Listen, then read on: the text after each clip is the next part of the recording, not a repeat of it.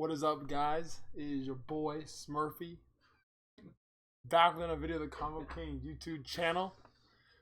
Just doing a recap slash reaction to the game this Thursday night, this past Thursday, current Thursday night, for the Chiefs and the Ravens. So let's kind of get into it real quick. Obviously, Chiefs won 27-20 and was essentially a very tight game.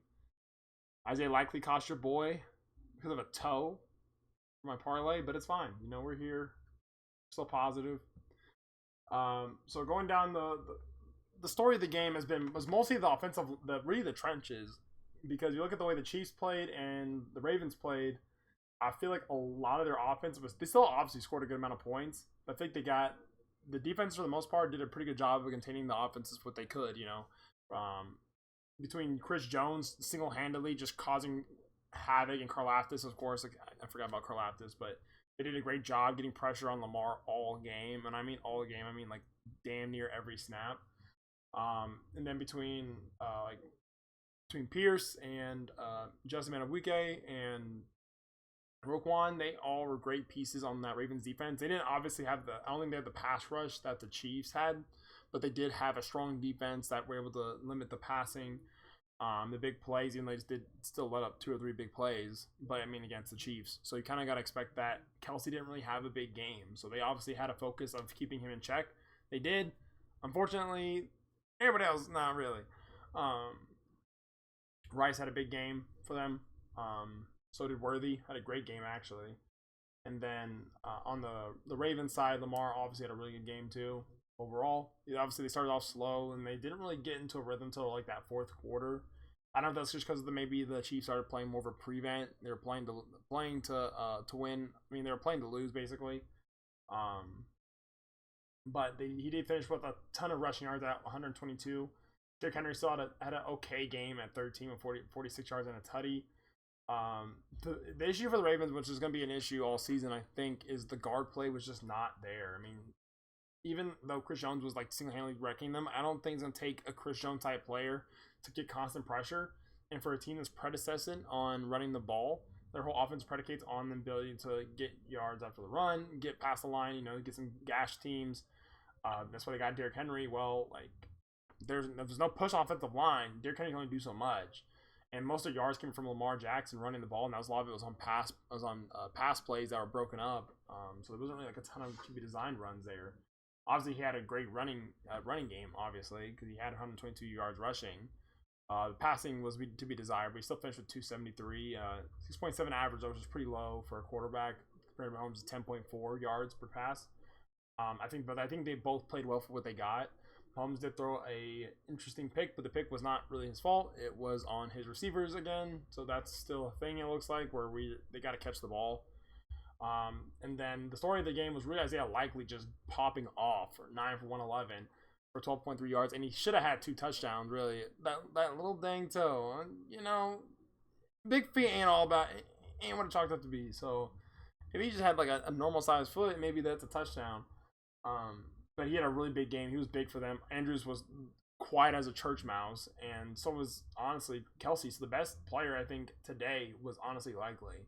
Rashid Rice puts up a pretty good stat line for that versus that, but between game effect, likely is the only reason why Ravens had any chance at winning that game. Just Hills had some moments though in the passing game, but likely he might have arrived. He's likely arrived. So I like the fact that he's going to continue. I think he's going to continue to get better. I think Andrews is on the decline. I honestly think he's cooked, honestly. He might have games here and there this year, but I don't see him, he's not dominant anymore. I think he's more what's going to be likely mostly getting most of the target share, and he'll get the occasional probably game here or there, but I think it's likely shows now. I mean, he's the best offensive weapon they have right now. Flowers had an okay game. Him and Lamar weren't on the right page for a pass in the end zone, but he could have finished with a better stat line because of it. He did have a lot of his passes up behind the line of scrimmage, which was concerning because you do definitely need to get some deep threats there. And Bateman had 1 good catch. I mean, it's Bateman. We know he's out of here probably after his deal's up. Overall, crazy game though. Went down to the wire. The over hit, as it always does for these two teams. It's very rarely they don't. I think for the Chiefs, I think for the Ravens, they are looking to be. They're probably going to be both high favorites for their respective conferences. I think that they kind of showed that more towards the back half of the game.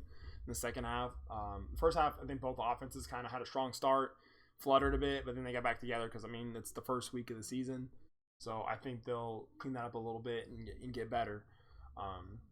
So yeah, I mean that's about it. Tell me what you guys think about Mahomes versus Lamar. Who think you had the better game? Do you think the Chiefs kind of got away with a win here because of a toe? You know, that cost my parlay. You know, just out the window, but called everything else. Also, shout out to Noah Gray. Honestly, I want to shout out him as well because he had a decent game. I think he's gonna also kind of continue, kind of with the likely thing, not to the same extent, but I think with Noah Gray, I think he's gonna kind of evolve, get more involved in the offense as a weapon. They did some a huge extension, not huge, but like a decent size extension. So I think that will also become a storyline we see later on in the season, especially as Kelsey's already said that he's probably got 1 or 2 more seasons left. So what we're going to go ahead and do, actually, I'll go ahead and we're going to go ahead and preview the game tomorrow for Friday. I clicked on the wrong thing. We are not partnered with Vivid. Vivid's trash. Let's go to the Gamecast. So just a preview to game tomorrow. We'll probably do another recap tomorrow. Whoop-de-whoop. So this is in Brazil. So this is actually a lot of stuff that can go on there. I'm not sure if this is gonna, the weather will be affected. I can't remember if it's an outdoor. I think it's an outdoor outdoor field. So I don't know if that's gonna be a factor, just like what it was for the Mexico game last year and 2 years ago, when it's because of the elevation. I'm not sure that'll be a factor at all. And also teams travel. That's gonna be an issue, right? So Green Bay Packers have like half their weapons on the injury. Like Romeo Dobbs is injured. It's not on the report right here, but he must have just came off. But he was also questionable going into this matchup. Marshawn Lloyd questionable, and with AJ Dillon being bad and I don't think he's even playing, that's kind of a big deal, right? Josh Jacobs has never been like the prototype of health, you know. And then Tucker Kraft also missing, and that's a pretty good weapon, honestly, for the Packers, because between him and Musgrave, they're both really solid tight ends, so that's kind of a hurt there for them. They'll probably end up playing between Tucker Kraft at least. Maybe Lloyd won't, just because he's a running back. You really don't want your running backs getting, especially when you just drafted, kind of getting banged up early. You have Josh Jacobs for 1 game. I think that should be fine. It'll be the main things we're gonna kind of be looking at is how do the Eagles like attack this Packers defense. They have Quay Walker, you know, he's nasty, and Rashawn Gary. On the side of the Eagles, though, they have AJ Brown still, Devontae Smith. They just brought in Jahan Dotson from a trade. So I'm curious how those pieces will work, as well as Saquon Barkley, if he'll be back in full effect, or if he will prove the Giants right for reason for them signing Daniel Jones, an extension versus him. I don't know. I think that he'll probably be good, but you know, you never know these days. We have 2 big outs for the Eagles right now with Isaiah Rodgers and Devin White, especially Devin White being like a great player for them. Well, for the Buccaneers last year and before that. So that's kind of a hit to them, especially I think they kind of need that kind of speed and physicality. Sidney Brown also was, I think, a pretty rotational player for them last year, if I remember correctly. So that's also not great.